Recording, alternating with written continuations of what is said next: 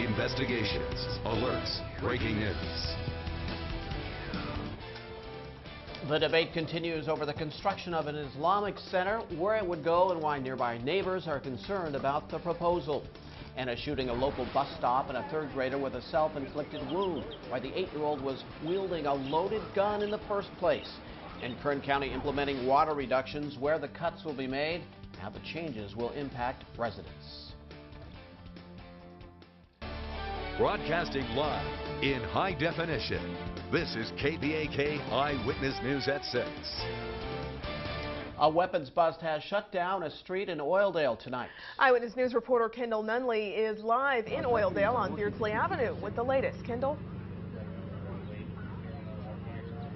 Kurt and Courtney, that's right. We're on the 300 block of Beardsley Avenue, where the bomb squad is on scene behind me. With the Department of Justice, they're serving out 2 search warrants in one of the homes behind me. They say earlier today they pulled out over 150 guns and a large amount of explosives. The Sheriff's Department has said that a strange-looking suspicious device was also found inside the home. That's when the bomb squad was called in to come in and take that away. Now, if you're watching at home from right now and you live in this area, you're asked to stay inside your homes. If you live in this area but you are not home yet, you're asked to stay away from the area. This entire 300 block is blocked off. You cannot get in, you cannot get out. Now again, we're on the 300 block of Beardsley Avenue, where a large amount of explosives and guns were found in one of the homes here. We'll bring you the latest information. You can find that on our website at bakersfieldnow.com. Live in Oildale, I'm Kendall Nunley, Eyewitness News.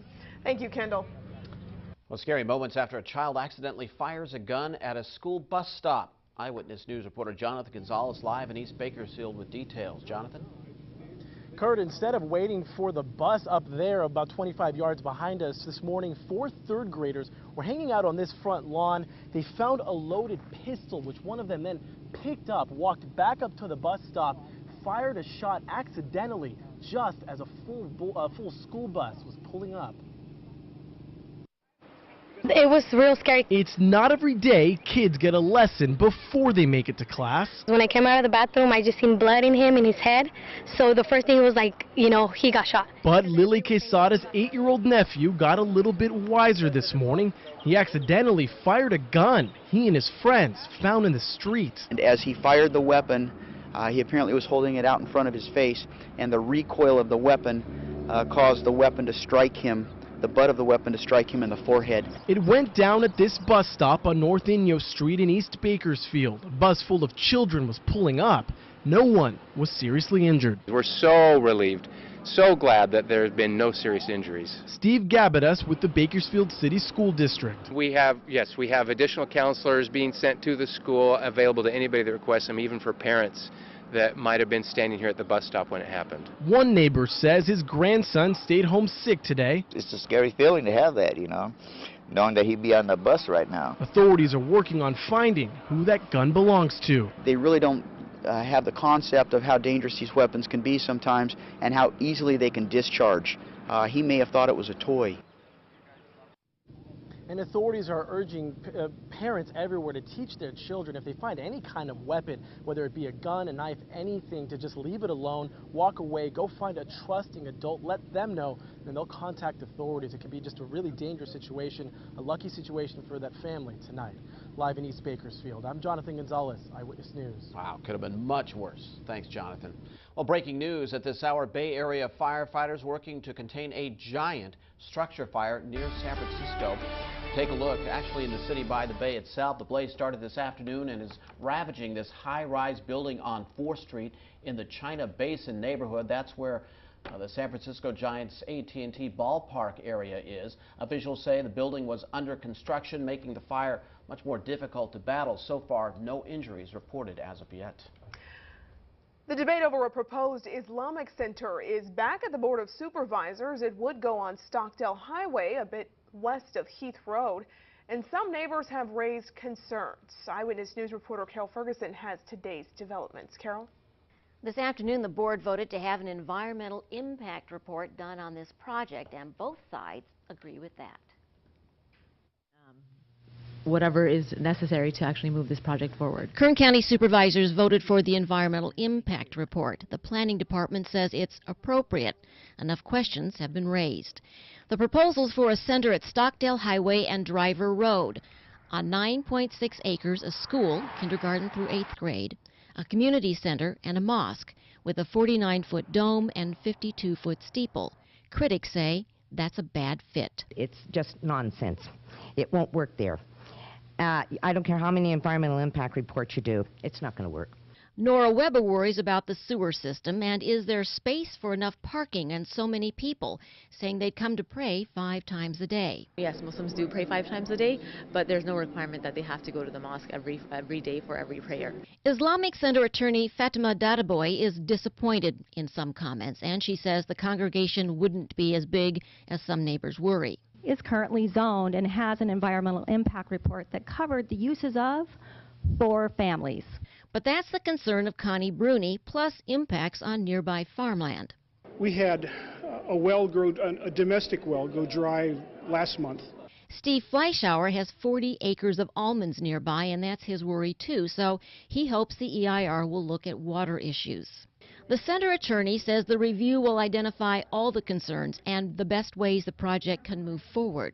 I am very saddened by the fact that there's been so little discussion as to how we could make this happen. Daniel Likens spoke up in support. These people have a constitutional right that is protected to worship. Now, neighbors also worry about traffic impacts and the use of farm chemicals. The project was approved by the County Planning Commission in November, but then appealed to county supervisors. And of course, we'll let you know what happens next. Back to you. Thank you, Carol. Police are looking for the person responsible in a deadly hit and run in East Bakersfield. Officers say the 31-year-old victim was hit by a car just before midnight on Monterey Street near Beale Avenue. He died at the scene, and the driver reportedly took off. Witnesses described the suspected car as a late 1990s possible white Hyundai sedan. Anyone with information, call Bakersfield Police. Major developments as teachers and the Kern High School District have reached a tentative agreement for a new 3-year contract. The first year calls for a 1% salary increase with fully paid benefits, followed by a 4% salary increase with fully paid benefits in the second year. Both sides would reopen salary negotiations in the 3rd year. The tentative agreement must first be reviewed by a representative council before teachers vote on whether to ratify it. Well, a little bit cooler today than we were yesterday, and certainly a lot cooler than we were on Sunday when it got up into the mid-80s. Today, only the upper 60s to right around 70, and currently it's 67 outside. The good news is that the sun is out for another hour.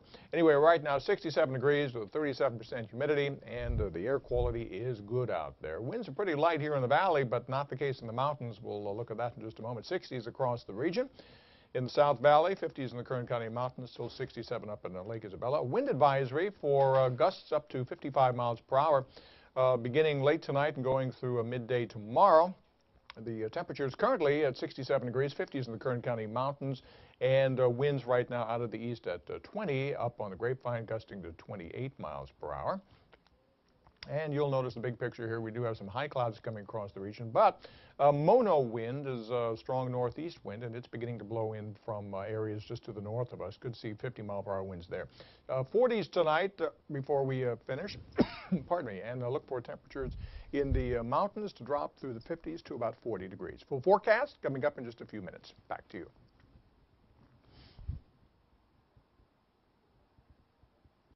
Thank you, Miles. County supervisors are continuing to explore ways to fight the drought. The latest effort looks at ways to conserve water. Eyewitness News reporter Anthony Bailey joins us with what they're hoping to see happen. Anthony? Well, Courtney, supervisors are hearing ideas on how the county can cut down on its water usage, and some residents we spoke with have already started making some of those changes. Overall sprinkler, but we can hit the dry spots, and like the spot there has been wet.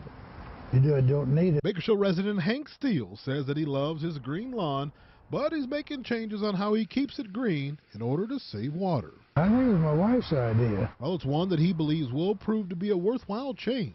They'll pay attention, not overwater. And it's changes like this that the county officials are hoping to see spread across the area.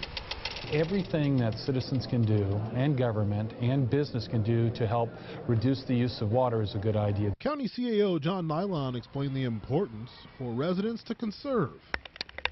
The county is aiming for a 25% reduction from residents across the board.